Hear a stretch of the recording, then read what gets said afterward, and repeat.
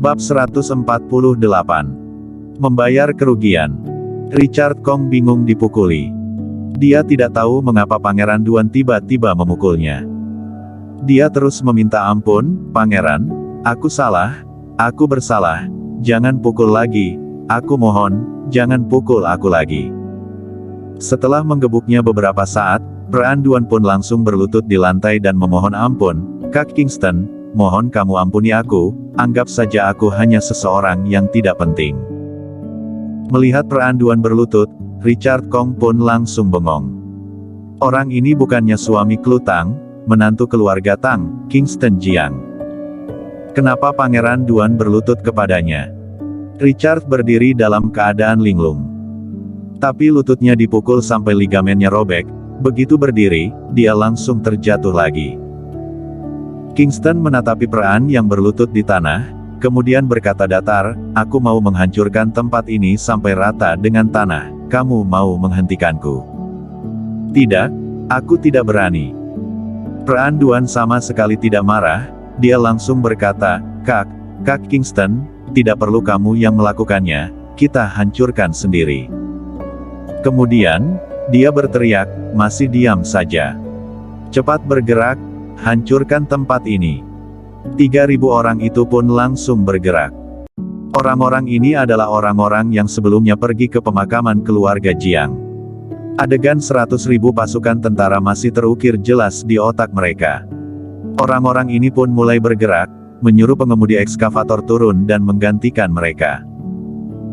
Meskipun mengemudikan ekskavator adalah sesuatu yang membutuhkan keahlian, tapi meskipun orang-orang ini adalah anggota mafia, tapi mereka mempunyai pekerjaan yang normal, yang bisa mengendalikan ekskavator juga lumayan banyak. 300 ekskavator seketika mulai bekerja. Gerbang pabrik ditabrak hancur. Bangunan pabrik yang paling depan seketika dihancurkan dan digali keluar, debu dan pasir berterbangan. Pemandangan ini membuat mata dan mulut Richard terbuka lebar. Pangeran Duan memiliki saham di pabrik ini, tapi sekarang dia malah memberi perintah untuk menghancurkannya. Siapa sebenarnya Kingston Jiang ini, sampai-sampai membuat Pangeran Duan setakut ini dengannya? Melihat pabrik yang terus-menerus runtuh, kemarahan di hati Kingston baru mereda. Kingston melihat Richard yang duduk di lantai tidak bisa berdiri dan berkata datar, "Besok bawa uang untuk membayar hutang kalian ke perusahaan Yongtai, berlutut minta maaf kepada istriku. Kalau tidak, yang dihancurkan tidak hanya sebuah pabrik saja, melainkan gedung pusat farmasi Baiyun." Kemudian, Kingston melihat ke arah Larry Chen dan berkata, "Aku pulang dulu, kamu perhatikan mereka, setelah sudah benar-benar rata dengan tanah, kalian baru pulang." "Baik." Larry mengangguk dengan penuh hormat. "Bloody, kita pulang." "Baik." Bloody mengangguk. Mereka berdua kembali ke mobil. Di dalam mobil, Sini menyaksikan semua ini. Melihat hal yang terjadi di depan gerbang pabrik, melihat pabrik yang dihancurkan, dia terkejut sampai mulutnya tidak bisa tertutup. Bloody pun mengemudi mengantar Kingston pulang. Setelah Kingston pergi jauh, Richard baru bertanya, Pangeran, apa yang sebenarnya terjadi? Kamu kenapa? Sialan." Peran Duan langsung menendang Richard dan memarahinya, "Kamu hampir saja mencelakaiku. Ikuti arahan Kak Kingston, besok pergi minta maaf. Ada lagi, masalah hari ini jangan sembarangan disebarkan keluar. Besok umumkan saja, bangunan pabrik sudah sangat tua, jadi dihancurkan untuk dibangun kembali." Richard bingung. Hanya seorang menantu saja punya kemampuan seperti ini. Tapi, Peran Duan tidak bilang, dia juga tidak bertanya lagi. Ketika Kingston pulang ke rumah, waktu sudah menunjukkan jam 12 malam. Yang lainnya sudah tidur, tapi dia tidak membawa kunci, dia pun menelepon Klu.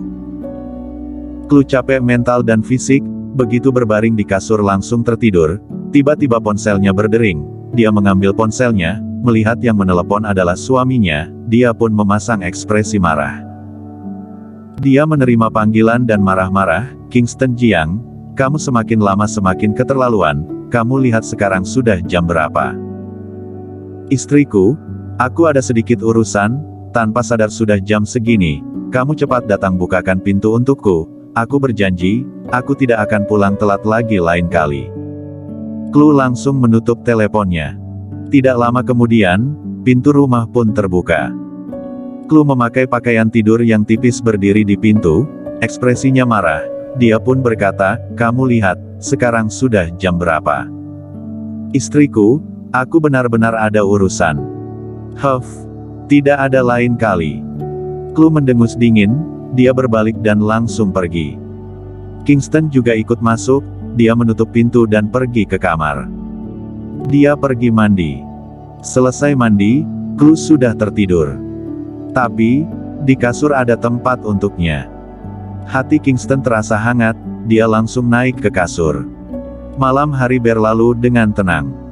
Keesokan harinya, Clue Tang pagi-pagi sudah bangun dan pergi ke perusahaan Yongtai. Pabrik Yongtai sudah diliburkan. Hans Tang sangat gelisah. Baru saja mendapatkan pesanan, baru mulai bekerja, lagi-lagi ada masalah. Komisaris, apa yang Anda lakukan sampai-sampai menyinggung Richard Kong? Bagaimana kalau Anda pergi mengaku salah? Kalau terus seperti ini, kita yang rugi. Clue merasa sangat kesal. Mengaku salah. Dia tidak salah, mana mungkin pergi mengaku salah. Aku mengerti, kamu keluar dulu.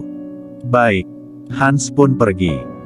Clue duduk di kursi kantor, kepalanya menunduk, sama sekali tidak bersemangat. Pada saat ini, dia sangat tak berdaya. Perusahaan kesusahan, tapi dia tidak tahu harus bagaimana. Dia ingin mencari tuan muda Jiang. Hanya meminta tolong sekali ini saja. Clue berpikir dalam hati. Setelah ini, aku tidak akan mencarinya lagi. Pas di saat dia sudah membuat keputusan dan mau keluar, tiba-tiba terdengar suara ketukan pintu. Dia kembali duduk dan berkata, masuk. Hans berjalan masuk dan berkata terburu-buru, Komisaris, Richard Kong datang, Richard Kong dari farmasi Baiyun sekarang ada di sini. Hah? Clue berseru terkejut. Pas di saat ini, beberapa pengawal yang berbadan kekar mengangkat tandu. Di atas tandu berbaring seorang lelaki, seluruh tubuhnya diperban. Orang ini adalah Richard Kong.